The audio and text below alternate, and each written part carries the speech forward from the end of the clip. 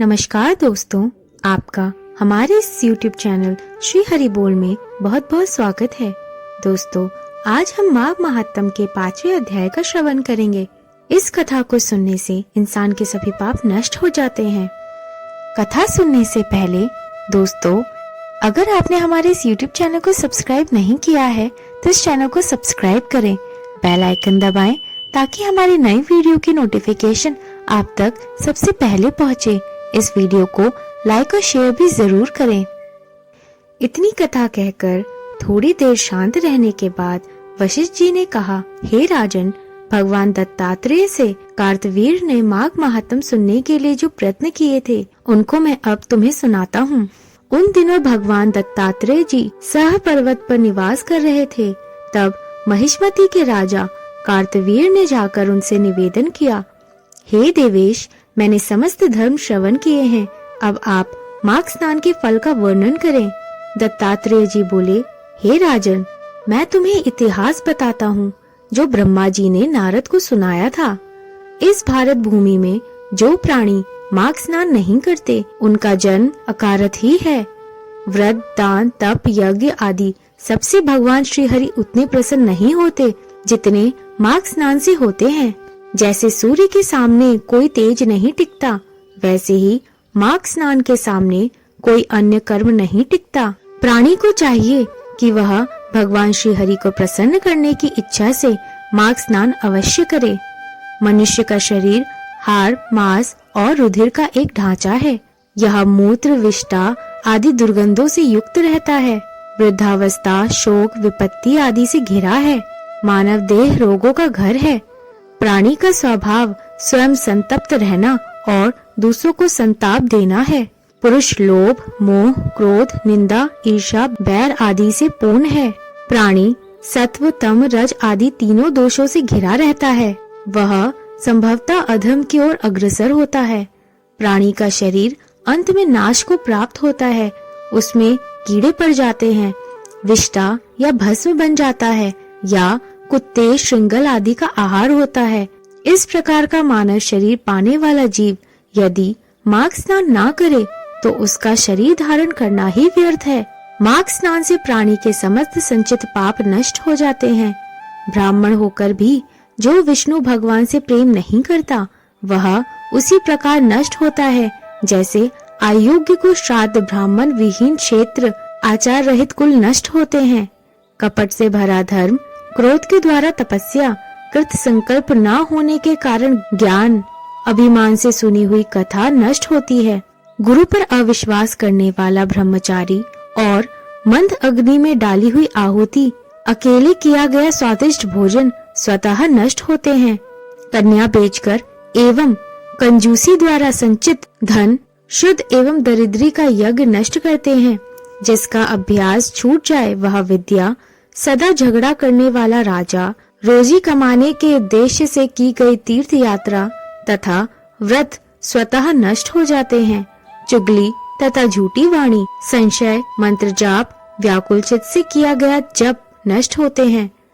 वेद पाठ रहित मूर्ख को किया गया दान, नास्तिक का परलोक, श्रद्धा रहित किया गया धर्म कार्य व्यर्थ होता है। निर्धनता के कारण जिस प्रकार प्राणी इस लोक में समस्त सुख एवं वैभवों से वंचित रहता है, उसी प्रकार हे राजन, बिना माघ स्नान के प्राणी का जीवन तथा देह धारण करना व्यर्थ ही जानो। जो प्राणी मकर के सूर्य में उदय के समय स्नान नहीं करता उसकी मुक्ति नहीं होती, उसके पाप नष्ट नहीं हो सकते। गौ और ब्राह्मण की हत्या करने वाला, स्वर्ण का हरण करने वाला, मदिरा पीने वाला, गुरु की भार्या से संभोग करने वाला, परस्त्रीगामी आदि 5 प्रकार के महापापी तक माघ स्नान के द्वारा मुक्ति पा जाते हैं। उनके ये महापाप स्वतः नष्ट होते हैं। माघ स्नान के समय जल में उतरते समय प्राणी के पाप कंपायमान हो जाते हैं। जल कहता है, मैं समस्त पापों को नष्ट कर दूंगा। जब प्राणी माघ स्नान कर लेता है तो उसके सभी पाप नष्ट हो जाते हैं। समस्त पाप नष्ट हो जाने के कारण वह निर्मल हो जाता है। माघ स्नान प्राणी के पापों को इस प्रकार जला देता है जैसे अग्नि ईंधन को जला डालती है। हे राजन, ज्ञान, अज्ञान और प्रमोद से किए गए सभी पाप उसी तरह नष्ट हो जाते हैं जैसे सूर्य के प्रकाश से अंधकार। माघ स्नान श्रेष्ठ फल देने वाला है। जिस प्रकार विष्णु भक्ति में सभी प्राणियों का अधिकार समान है, उसी प्रकार माघ स्नान के लिए भी सभी अधिकारी हैं। इसी कारण इसे श्रेष्ठ पापनाशक, उत्तम मंत्र और परम तप कहा जाता है। प्राणी को पूर्व जन्मों के अभ्यास द्वारा ही माघ स्नान की बुद्धि उपजती है। जिस तरह अनेकों जन्म के अभ्यास द्वारा आध्यात्मिक ज्ञान प्राप्त होता है, ज्ञान से बुद्धि उपजती है। माघ स्नान की महिमा अक्षय है। यह पवित्र जनों को भी पवित्र करता है। जो प्राणी इस स्नान को नहीं करते, वे सुख संपदा से वंचित रहते हैं। उनको संसार के सुख प्राप्त नहीं होते। हे राजन, इस परम प्रभावशाली माघ स्नान की प्राचीन कथा सुनो। कंजिका नाम की एक ब्राह्मणी भृगु वंश में हुई। वह बाल विधवा हो गई। तब उसने कठोर तप किया। विंध्याचल पर्वत पर रेवा और कपिल के संगम स्थान पर भगवान श्री हरि की आराधना का व्रत धारण करके वहां बैठ गई। उसने अपनी समस्त इंद्रियों को जीत लिया, क्रोध को नष्ट कर, और वह एकाकी रहकर अल्प भाषणी हुई। उसने तपस्याओं के द्वारा शरीर को सुखाना आरंभ कर दिया। देवताओं को प्रसन्न करने के लिए यज्ञ किए। ब्राह्मण को यथाशक्ति दान दिया। वह आहार हेतु खेतों में से अन्न चुनती और समस्त व्रतों को नियम पूर्वक धारण करती थी। नर्मदा के पावन तट पर वह पुण्य मास बिताती थी। उस सुशील तपस्वी ने बड़े धैर्य और संतोष के साथ माघ स्नान किया। हे राजन, काल चक्र के प्रभाव में पड़कर उस ब्राह्मणी ने उसी तीज स्थान पर अपनी तामस देह त्याग दी। मृत्यु के उपरांत माघ स्नान के प्रभाव से वह भगवान श्री हरि के वैकुंठ धाम को गई। वहाँ 4000 वर्ष तक सुख भोगती रही। उसके बाद ब्रह्मा जी ने सुंद और उपसुंद नामक महाबली दैत्यों का नाश करने के लिए उस ब्राह्मणी को तिलोत्मा के रूप में पुनः अवतरित किया। अपने पूर्व पुण्यों के प्रभाव से ही वह परम रूपवती हुई। वह समस्त ब्रह्मांड में परम सुंदरी थी। उसे देखकर देवता तक मोहित हो गए थे। वह समस्त अप्सराओं में श्रेष्ठ थी। उसके सृजन सारे भगवान ब्रह्मा जी भी उसके रूप को देखकर आश्चर्यचकित रह गए। उन्होंने प्रसन्न होकर उसे आज्ञा दी, हे भृगलोचने, शीघ्र ही इन दोनों महापराक्रमी दैत्यों का जाकर संहार करो। प्रभु की आज्ञा मानकर वह हाथ में वीणा धारण किए ब्रह्मलोक में पुष्कर क्षेत्र में पहुंची। उसने रेवा के जल में स्नान किया, चमकीले लाल वस्त्र धारण किए, करधनी और नुपुरों की मोहक आवाज करती हुई चली।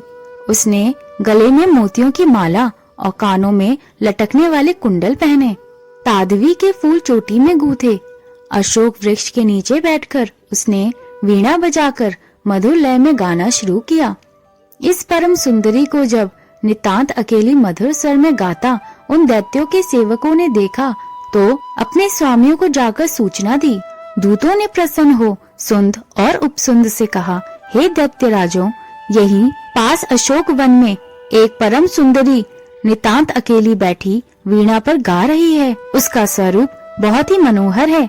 मालूम नहीं कि वह देवी है, मानवी है अथवा दानवी है। कहा नहीं जा सकता कि वह अप्सरा है या राक्षसी है। यह नितांत सत्य है कि वह स्त्री रत्न है। आप दोनों ही स्त्री रत्न के परखी हो, इसलिए चलकर उस मनोहर रूप धारणी स्त्री को अवश्य देखो। दूतों के उन वचनों को सुनकर वे दोनों कामुक दैत्य तुरंत उठ बैठे। उन्होंने मदपात्र वहीं छोड़ दिया। सेवा में रत सहस्त्रों सुंदरियों को त्याग कर वे अपनी भारी गदाएं लेकर दूतों के साथ उस परम सुंदरी को देखने चल दिए, जो वास्तव में उनका वध करने हेतु प्रकट थी। जैसे ही वे उसके सम्मुख पहुँचे, उसके मनोहर स्वरूप को देखते ही मोहित हो गए। उसके रूप, सौंदर्य, श्रृंगार और कटाक्ष ने उन दोनों के हृदय में काम अग्नि भड़का दी। वे दोनों मस्त हाथी की तरह उसके सामने जाकर खड़े हो गए। दोनों ही मद्य पिए हुए थे और दोनों ही उस स्त्री के ऊपर आसक्त थे। इस कारण आपस में ही लड़ बैठे। सुंद ने कहा, हे भाई, तू अब इस स्थान को त्याग कर चला जा। यह मृगलोचनी अब मेरी पत्नी होकर रहेगी। उपसुंद बोला, नहीं, ऐसा नहीं हो सकता। इसे तो मैं अपनी पत्नी बनाऊंगा। उसके लिए वे दोनों आपस में लड़ने लगे। दोनों अपनी गदाओं से एक दूसरे के ऊपर प्रहार करने लगे। काल की गति से वे दोनों महापराक्रमी दैत्य आपस में द्वंद्व करते हुए मारे गए। दैत्यों को मरा जान उसके साथी भागने लगे और देवता प्रसन्न होकर जयकार करने लगे और अपना कार्य पूर्ण हुआ देख तिलोत्तमा सभी दिशाओं को अपने दिव्य प्रकाश से आलोकित करती हुई सीधी ब्रह्मलोक को चली गई। हे राजन, तिलोत्तमा को सकुशल आया देख। ब्रह्मा जी ने संतुष्ट होकर वरदान देते हुए कहा, हे चंद्रवंदनी, मैंने तुमको सूर्य के रथ पर स्थान दिया। जब तक आकाश में सूर्य है तब तक तुम नाना प्रकार के भोगों को भोगो। इस प्रकार वह ब्रह्माणी आज तक सूर्य लोक में दिव्य भोगों को प्राप्त करती हुई माघ स्नान का फल प्राप्त कर रही है। हे राजन, यदि प्राणी पर गति और दिव्य भोगों की इच्छा करता है तो उसे मकर संक्रांति में स्नान करना चाहिए। माघ स्नान से उत्तम फलदाय और कोई नहीं। इसके द्वारा प्राणी के समस्त पाप नष्ट हो जाते हैं और अनेक यज्ञों से भी कई गुना फल प्राप्त होता है। अतः अंत समय प्राणी मोक्ष पाता है। इति माघ महात्म पंचम अध्याय संपूर्ण। बोलो श्री हरि भगवान की जय। दोस्तों, अगर आपको हमारी ये कथा पसंद आई हो तो कमेंट बॉक्स में श्री हरि ओम लिखना ना भूलें। धन्यवाद दोस्तों।